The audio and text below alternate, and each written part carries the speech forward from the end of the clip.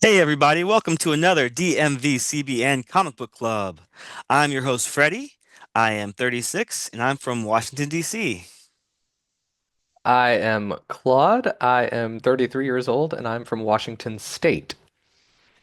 Today is Saturday, March 15th, 2025, and we are here to discuss comics and related media, both new and old, print and digital, books, TV, and film. Thanks to all returning viewers and subscribers, and if you're new to the channel, welcome. All right, let's get started. Today we're going to take turns, just like last month. We're going to discuss different things that we have been reading or watching over the last month. And yeah, if we're going to try to keep it generally spoiler free, but if we get into spoilers, we will let you know. So I actually want to start with you, Claude. Like you went to Emerald City Comic Con I did. last weekend. Tell us about it. Yeah, so I was actually able to go for all 4 days this year. I was running TTRPGs with a gaming library nearby. So they do, it's called the Alexandria Gaming Library. It's a nonprofit educational organization.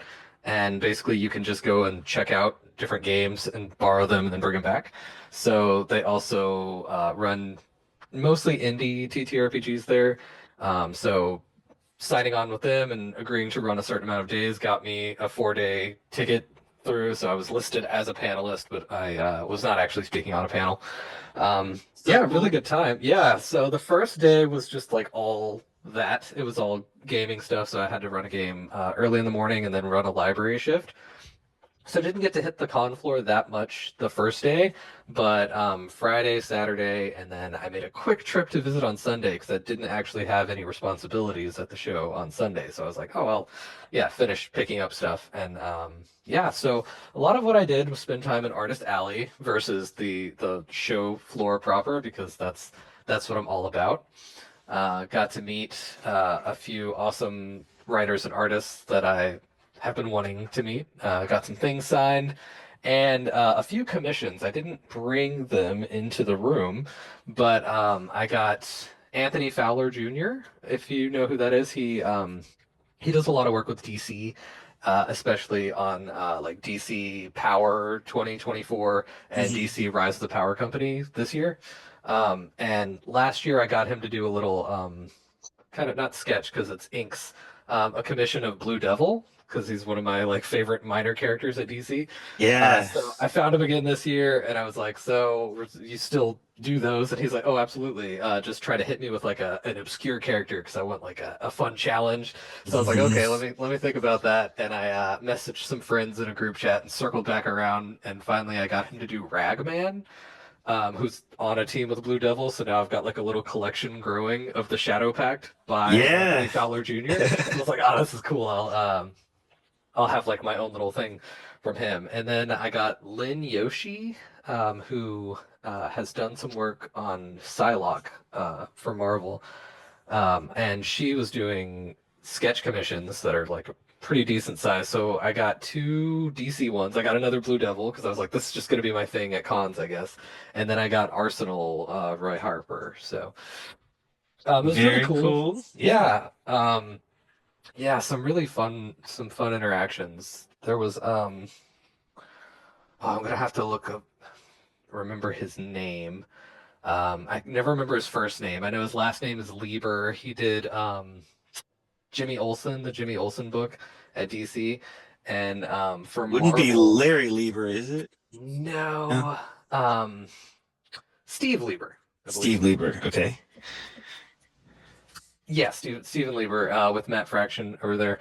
But he also did Superior Foes of Spider-Man, which is a hilarious comedy book Oh at yeah, I Marvel. remember that book. That Yeah. was a good one. So I brought my first volume of that for him to sign, and he also opened it up and drew in a little thing that they made him remove for the actual release of the book. It's pretty funny. There's a sequence where Boomerang is envisioning, like imagining killing his lawyer, basically, and it's done in a very cartoony style. Hmm.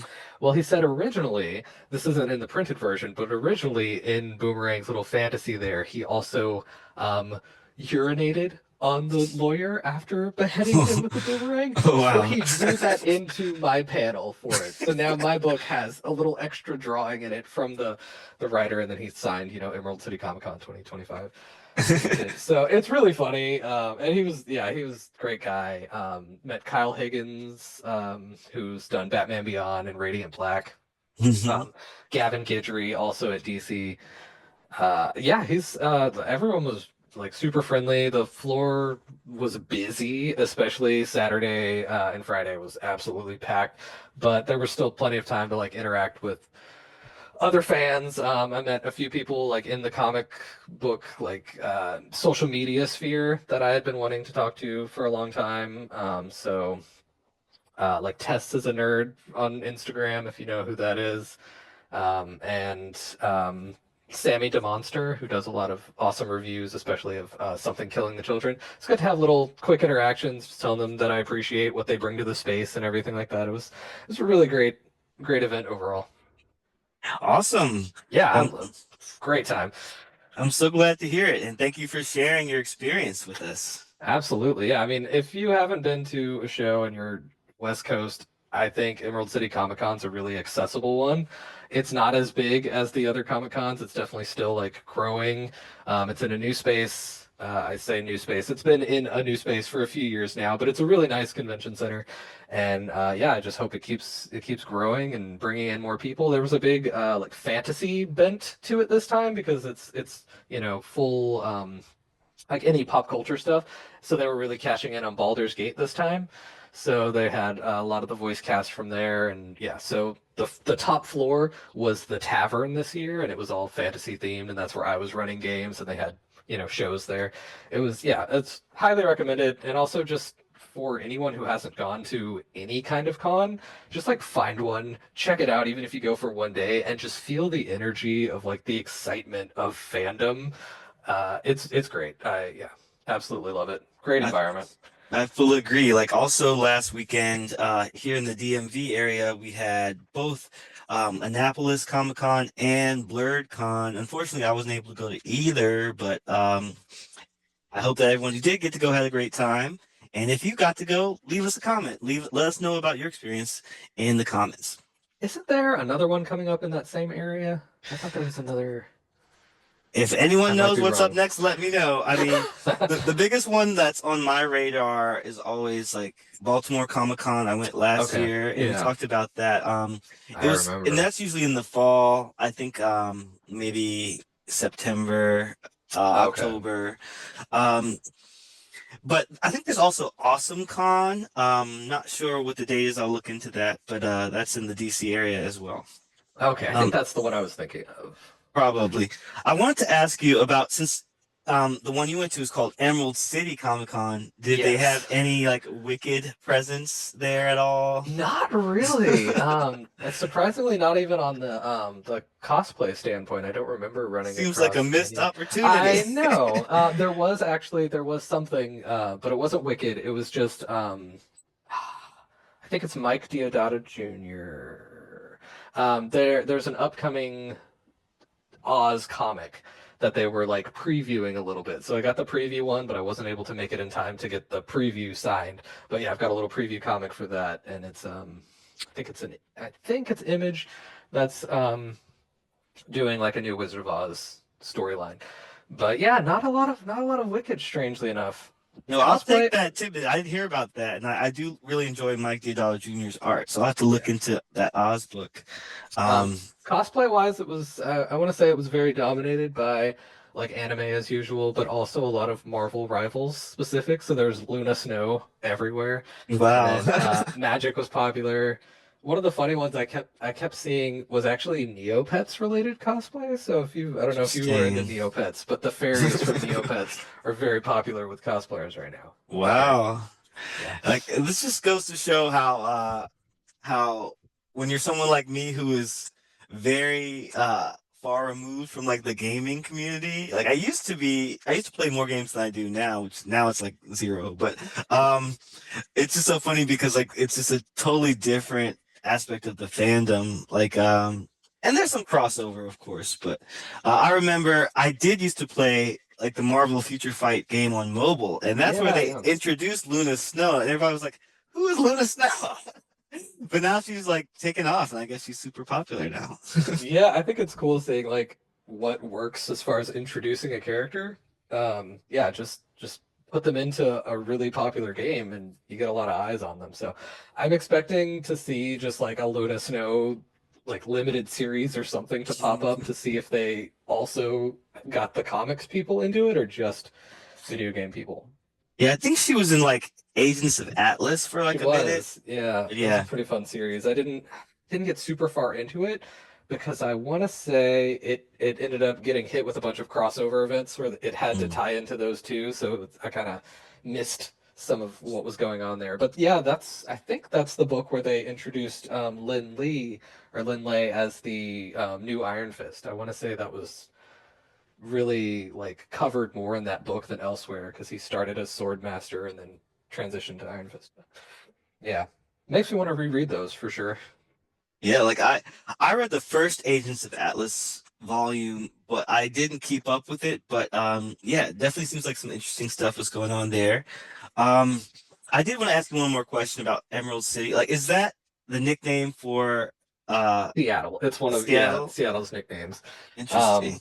Yeah, interestingly, the or yeah, funny enough, the setting that I mostly run games in and the like official setting that they came out with for Mutants and Masterminds third edition is called Emerald City as well, and the writers are all Washington based, so that was very intentional. But yeah, so I was like, oh, it's funny that this game doesn't have like more presence here because it's like the setting is based on Seattle. Like you think they would try to push it really hard as a company, but Yeah, not so they should. much. I just missed opportunities all around. Yeah. Oh well, at least it sounds like it was still a good time, and Oh, for yeah. sure.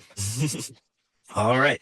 So now let's get into our entertainment discussion. And I think we should probably start with one of the biggest things that came out this month, Daredevil Born Again. This show came on Disney Plus March 4th, 2025, and fans of the Netflix Daredevil show and the Defenders series, like, we have been waiting for this. We fought for it to come back to be rebooted by Disney and Marvel and the MCU, and here we are. Like, it's kind of hard to believe that we've made it to see the first couple episodes. Like, I myself have only seen the first two. What about you, Claude? I, as of last night, have seen all three. Nice. Yeah, Yeah, just watched it last night. Oh, good stuff, good yeah. stuff. So how much of the Marvel Netflix stuff did you watch? So I just recently got around to Daredevil season three, on Disney Plus. I kept up with basically I got the first seasons of a lot of things, but did not like follow in later seasons. And it was Okay. one of those things where I told myself like, oh, I'll get around to it whenever it matters, like for what's coming up. And then they kind of said that the Netflix world was over, so I just kind of never came back around to it. But now as things are becoming relevant again, I'm trying to catch up on those. So I watched Iron Fist. I watched Luke Cage, Jessica Jones, all season one, Daredevil, all three, and then The Defenders. But I actually never watched Punisher. Same. Like, I've Ah, watched everything except Punisher just because personally I'm very sensitive to gun violence, y'all. that's yeah. Like I was about to say with who I usually watch it with, it wouldn't be like yeah. Even some of the more graphic parts of Daredevil season three, and um, two. is just yeah. It was just like a little much. So it's one of those things I might watch at some point. I'm Yeah, also just not a big Punisher guy in general. So same. like I think he's great as someone who pops into someone else's show or book, causes a bunch of chaos, and then there's gone, but I don't like follow a Punisher book specifically. Yeah, he's a great guest star to me. And I Because know that he he has lots of contrasts perfectly. fans. He And does. I know that he's got a storyline coming up in Daredevil Born Again.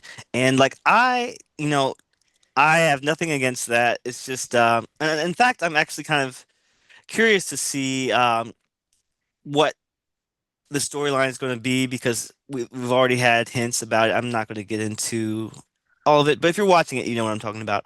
But I definitely, it's one thing if like he's showing up in the storyline where we know that the main hero Daredevil, he's kind of, even though he uses violence, he's against killing his enemies. Like there's a slight difference, Like, Yeah. and Yeah, and so again, he's perfect for like coming in to show that contrast every time, yeah. or just to have the characters show their views on that. Like he pops up and someone like explains why they disagree with him, and that's a really good way to build their character. So he's great as a foil for like almost anyone, but I just can't follow his stories specifically most of the time. Hmm. Um, it just feels a little too much of the same thing. And I know he's got like more depth than what it looks like from the outside for sure.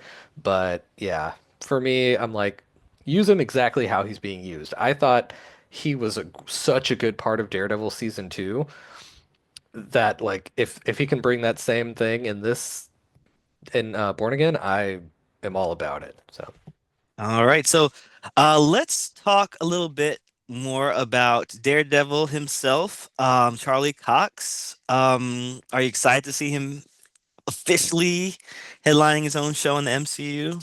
absolutely. And I was wondering how they were going to square like his different appearances, because there's definitely a different vibe for how he appeared in She-Hulk versus his Netflix self, and like where they're going to split the difference on how he's shown. And I think they've definitely like really clung to the Netflix side of him, which makes sense. It's a fantastic portrayal.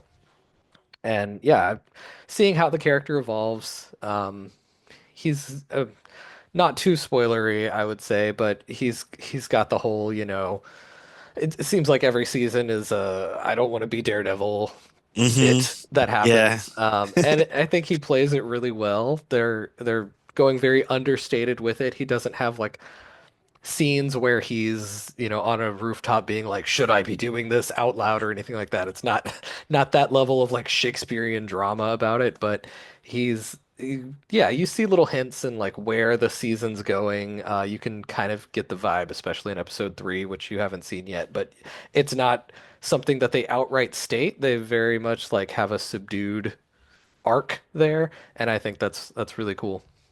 And yeah, Charlie Cox is to me one of those people that should be in the pantheon of like perfect castings. He's just been killing it.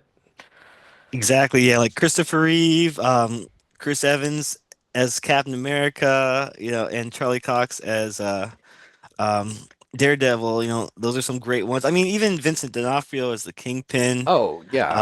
Let's talk about him for a bit.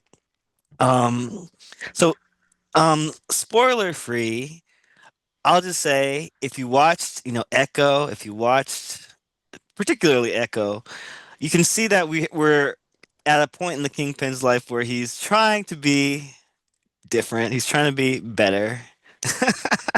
And I don't think it's a spoiler to say he's running.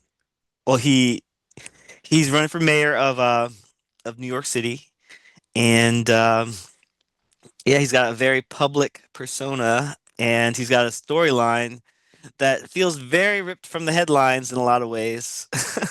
For sure. It's yeah, Especially, especially yeah, where they do the so part of the framing of a lot of this season, if you haven't seen, is like man on the street style interviews, which has like an in-universe justification. But yeah, it that kind of stuff where you're getting people's views feels very like so current to things that and have been going on. It's yeah. And not only like Kingpin being in this political position, but also his interactions with his wife is giving very Trump and Melania. It's yeah, it's interesting. But yeah, I think that I'm interested to see this other side of Kingpin because I do feel like we run the risk of Kingpin storylines getting to be a little bit uh, just the same thing over and over. Yeah. But I do think this is, different, and I think it's leading to something, and I'm curious to see where it goes. Yeah, I have some thoughts about what might be going on the villainous side of things and where it could lead. So yeah, they've got me interested for sure. I forget how many episodes this season has. I do too. I feel like it's like what, 13, 18. I feel like it's in the teens somewhere. I don't know if it is. Now I'm gonna look because it's gonna bother me. It's yeah, they've released the schedule for like the first couple of episodes, but they didn't do it for the I think it last might couple of only be episodes. 9. Really? Yeah, because I mean they've already confirmed a season 2, so I think they're just like maybe Maybe they're they're splitting it stretching some up. stuff. Yeah, Yeah. because it was originally supposed to be like 20 or something. It was gonna be a lot, and then they made a bunch of changes to the TV side of Marvel, and Well, that makes sense. I think if they are, making episodes in advance and saving some for later, that's probably for the best because, we will definitely wait and watch. yeah, I think it's good to like really lean on the fact that TVs are serialized storytelling, and you can spread it out over time. And That's like and why I'm excited about the Friendly Neighborhood Spider-Man for sure having multiple seasons, is because like they can work on them while they're doing the other ones, and you can actually have things come out regularly. yeah, we don't want to have like 2 year long waits like Wednesday, like people who were watching Wednesday on Netflix, like that was like such a big It was cultural huge. moment, and then it's been gone for 2 years. I guess they're waiting until like October to drop it because I feel like, they saw the success of Agatha all along last year. They're like, let's just get on the Halloween bandwagon with this. If they don't Yeah. do that, then that's what they should do. That's all I'm saying. Um, but back to Daredevil. Yeah, yeah. Um, we do have to get into spoiler territory a little bit here. So, spoiler warning, we have to talk about the Foggy Nelson in the room. Ah, man, We have to talk must about the we? Bullseye, Foggy Karen opening, all that. Like, Yeah. on a scale of 1 to 10, how devastated were you with what went So, down? So it was mildly spoiled for me on social media and with people speculating. You know how everyone's like, oh, like people dig too much into every trailer nowadays for me. And I just happened to run across these views and people are like, oh, I noticed that like Foggy's only really shown in like one outfit in all of the trailer. Like, what's up with that? And I was like, oh man, no, don't tell me that. And yeah, I don't know. It was really quick. It had the feel of like, and a lot of people have said this, so it's definitely not me coming up with anything on my own, but like it was very much a reshoot type thing where they're like, let's get these characters in that they really wanted, like because people were making a big deal of like, hey, we noticed that Foggy and Karen aren't coming back. How are you going to have the show without them? So they kind of like tied that up neatly at the beginning.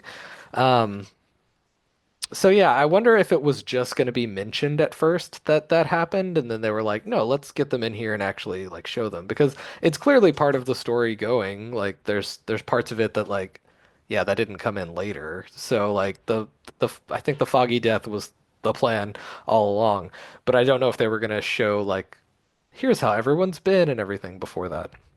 Yeah, like that's the vibe I got. Like I feel like I don't know how much of this show was reshot. We know that some of it was. Yeah, because it was basically from they like scrapped almost everything they had at one point early on and then made some changes. So I don't, yeah, Well, I no feel like telling. I feel like it's definitely a lot of stuff in the first episode was clearly reshot because they had to bring in the cast members who weren't there, like from Foggy, um, Karen, and Vanessa. And in some of those shots, it really feels like I don't even know if Vanessa and Kingpin are in the same room. Like the way they edit the shots, it really feels like they got stand-ins, they got camera angles, and I'll have to, I have to look at it again. I don't remember for them specifically, but that's interesting. like I was very kind of thrown off by the first episode because it was just so much going on, but also they were adding in all these different things, like different camera techniques to visualize Matt's powers, like aspect ratios were changing. There was smoke everywhere. I'm like, why is every scene so smoky? I can't see anything. Yeah, they I Um, think. Yeah, I want to say that that was probably from like, oh, we're really rushing to add this part in, so they were like, let's use smoke to make it like a little easier on ourselves.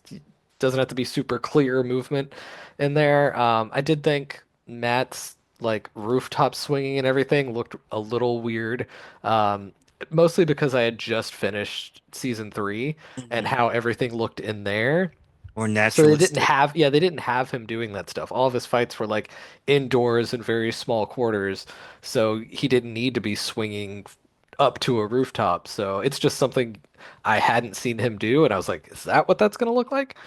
Yeah, like I didn't mind the swinging stuff just because I'm used to Daredevil doing that in the comics. Looking, yeah, looking very Spider-Man movement. Mm-hmm. Like, yeah, it makes Yeah, sense. It's just, yeah, I was like, oh, because I had just been pulled out of the Netflix like super grounded, and this, stepped it up a little. right. And we got some of that in the She-Hulk show as well when he showed up. Yeah, But yeah, it's definitely like a transition. Like episode one for me really served as a transition episode from Netflix to MCU.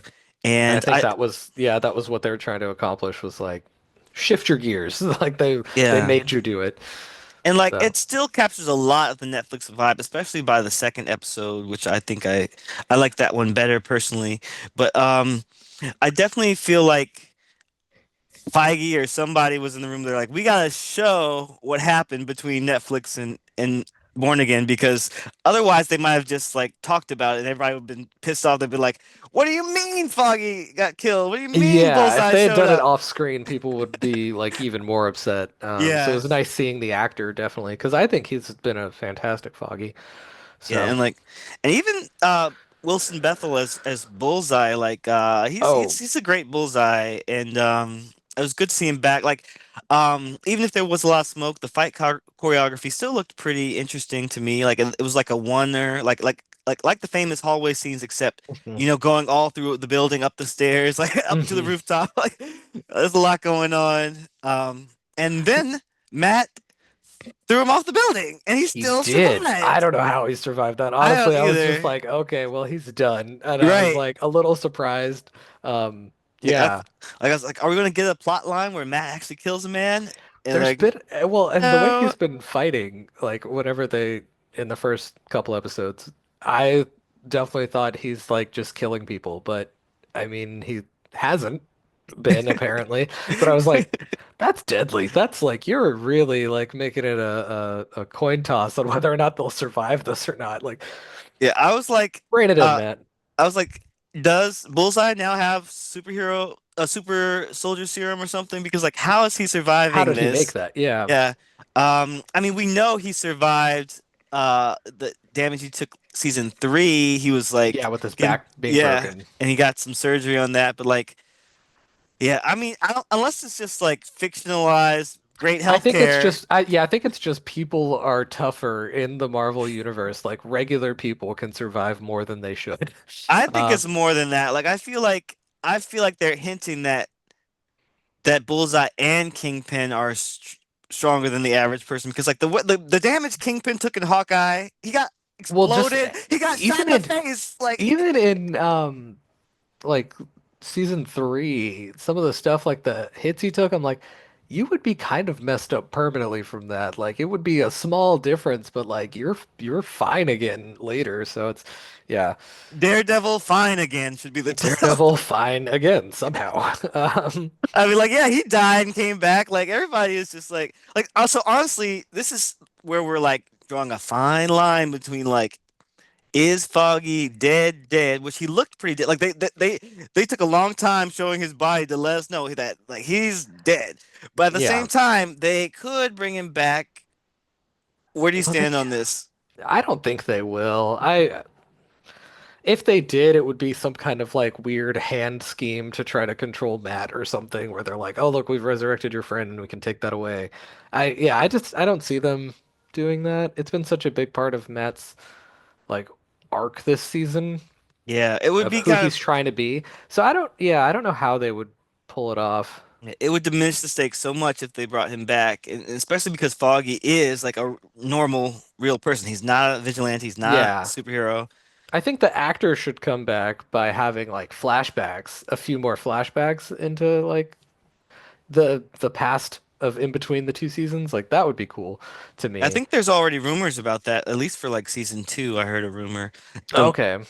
but Yeah. um, but yeah, I definitely like we're gonna miss Foggy, but like it definitely seems like it's just the typical scene where the hero loses a loved one, and that motivates their entire arc going Well, forward. and in the third episode, and it's not something they were really doing. It's just how my brain thinks about these kind of shows. There was a voice off screen that said something to Matt, and I was like, "Oh my God, is he gonna start seeing like the ghost of Foggy Nelson?" But no, I just it was nothing like that. I was just like, "Hold on a second." But no, that's because in season three they did a whole thing where like Daredevil was talking to Kingpin and his dad, and neither were actually there, and I was like, are we gonna do that with Foggy? Because I don't know if I'd want that. And I mean, so far they're not, and I don't think they will. But it would be a good way to get the actor back if they do go that route.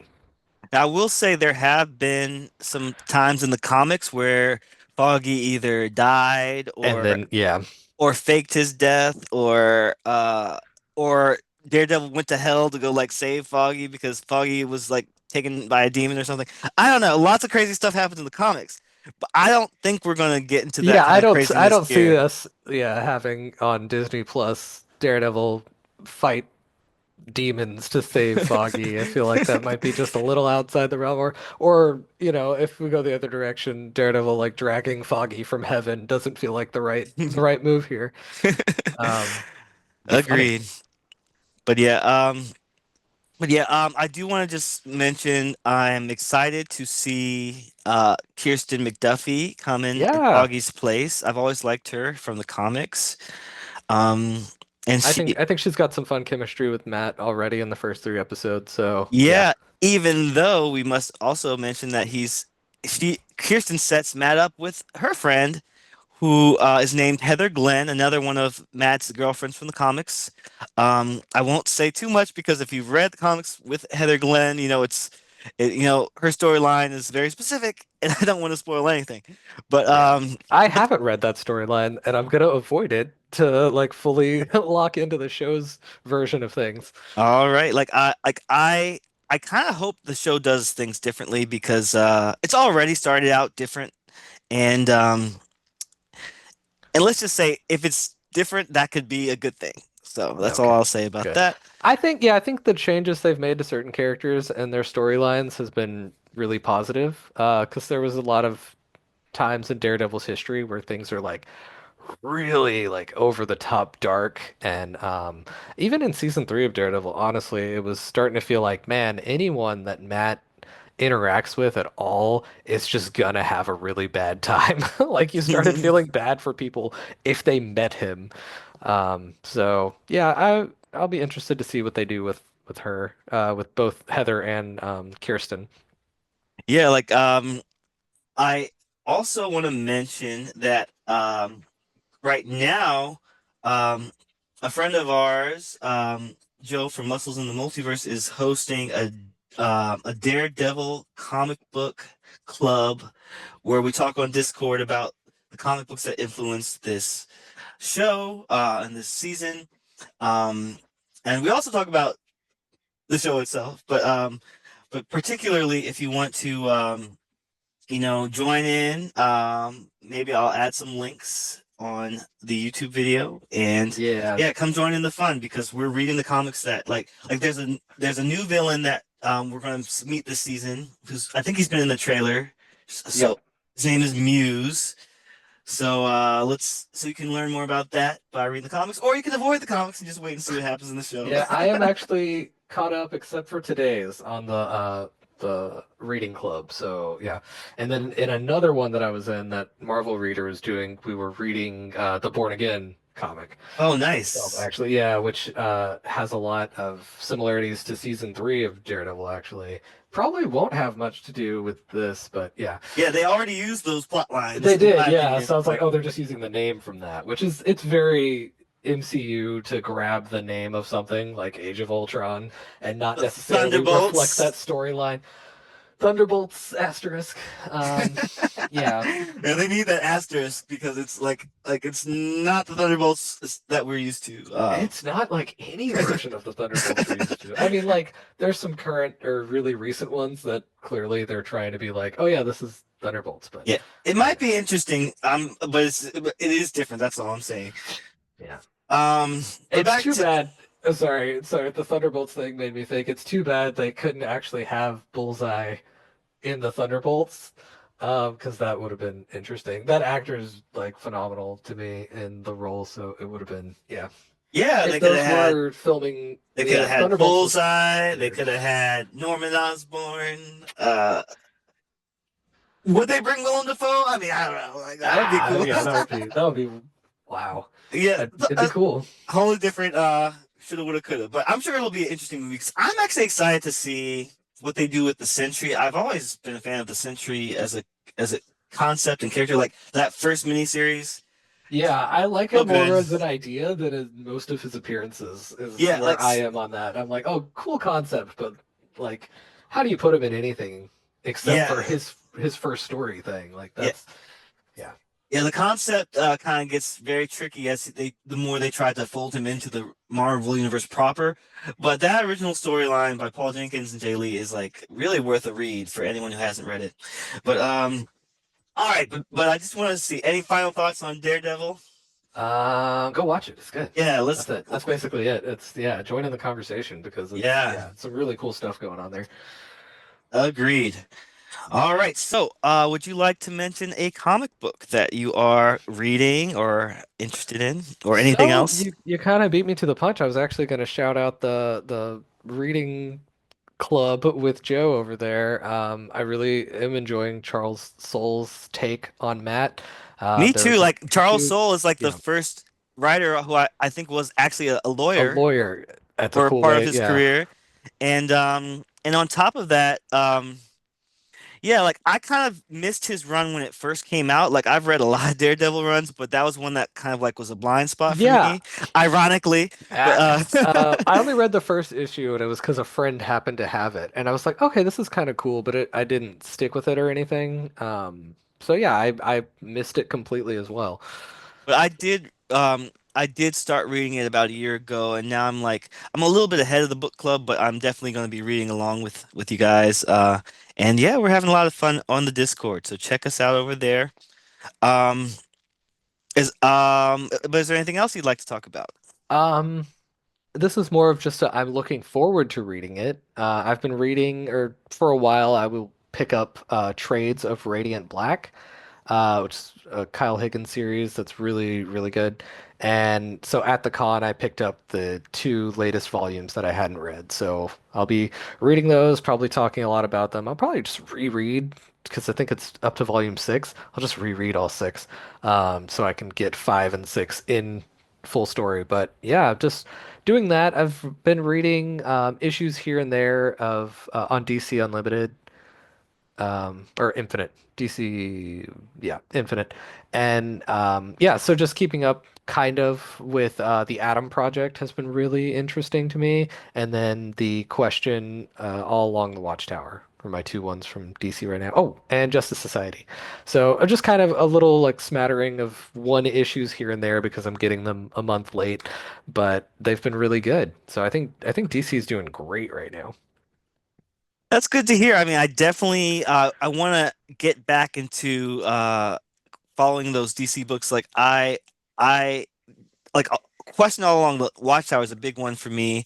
And just like the All In stuff, like it's on my list. But I gotta say, this past month, I have mostly been reading Marvel. Marvel. Like it's I'll just mention a few titles that I've been enjoying. So last month I forgot to mention Ultimate Black Panther. Like I was catching up with Oh, that, yeah, yeah. and so I'm up to date with that. That's an interesting book. Um, I also want to mention Storm. Like Storm, she has her own title right now, and it's great. And like the art is amazing, and the story is interesting, and so I highly recommend that to anyone who's a fan of Storm. Um, and also I've been catching up with Avengers because like Storm and Black Panther are currently on the Avengers, so gotta see what they're up to. But also the whole roster, you got Sam Wilson as Cap on the roster. Uh you've got Captain Marvel. You've got um Iron Man, Tony Stark. You've got who else is on the team? We got Vision and Wanda. So like Oh, it's that's right. so it's I like a forgot Vision was currently on there. yeah, so it's like a very like, all the headliners of the Marvel universe. Um, did I miss anybody? I think that's about it. How do you feel? Sorry, it's interesting. How do you feel McKay is doing with Storm? So, he's doing a decent job. Um, it, Avengers is a book where, um, because the cast is so big and they're all heavy hitters, that limits the amount of page time they can get, right? Yeah, So, it's a big balancing act. but he does make an effort to give everybody, a moment. And I will say the issue that brought Storm onto the Avengers was a mixed bag because, uh, on top of like the real world, politics of everything, um, there's in universe politics because she's X-Men, they're the Avengers. Um, so when they reached out to her, they had Sam Wilson like, invite her to the team, and um, I think they were trying to avoid, you know, making her like a token Yeah, character, but she ended up being a token character anyway. Because like maybe this time she's not the token black character, but or maybe she's not the token female character, but she is the token mutant character. yeah. So it's like, Yeah, it's really tough too with like letting people kind of be in their own lane because so many people have been Avengers that it also feels a little like, okay, what's the unique thing about this character once they join the team? So yeah, I've always thought the Avengers roster was a little absurdly large, but I think Storm is a great addition. So I'm like, if you have to add someone, at least make it someone awesome. yeah, like I So really appreciate the push Storm is getting in this moment to she be really is. like the X-Man who is worthy of being an Avenger as well in this moment. Like Wolverine has been on the team before, a Rogue has been on the team before, but other X-Men, but for her to have this moment and them to commit to that is kind of huge. And also to have her own title, which Yeah. I'm really hoping you all go out there and buy it because we gotta So it support can keep going. Yeah. with our dollars. And I got my issues right here. I got multiple copies of like issue one. One. Nice. But I mean, it had some great alternate covers, so that's definitely, yeah. yeah, but yeah, I guess all I would really say is like there was this great moment in issue 21, okay? And this came out in December, but I just read it the other night. But yeah, this is like they say it's Avengers versus X-Men, but they really it's kind of a twist because they're more like, having some downtime. They're not fighting for once. So Oh, okay. um they're actually playing baseball. Ah, classic. But every character gets like a moment that kind of lets you know where they're at, and it references their recent past and everything. Storylining. And Jed McKay has the character Heidi, who's now known as Temper. She asks Storm, "Do you still believe in Xavier's dream?" And like Storm pauses, and her answer I thought was very profound. Like she said, I believe in it the same way that Sam believes in America. Like, I believe in it not for what it was, but for what it could be, what it should be. Oh, yeah, that's good. Yeah, and so like I felt like that was a good insight to the character and like where she stands on things and how she's also a forward-thinking character. She's not necessarily like a dogmatic follower of Xavier, or she's not necessarily, a complete loyalist to any one team, but she has her own Yeah. ideals and direction. That's cool. That's good. I'm glad. Yeah. I'm glad she's getting a lot of time to shine there too. I was wondering if it was like because I haven't read her on the Avengers, I haven't paid much attention to McKay's Avengers at all. So my concern, I was like, does she get added in just to be like and another Avenger? Like, is she Mhm. background? But it sounds like he's still, doing work to show characterization. So awesome. Yeah. Yep.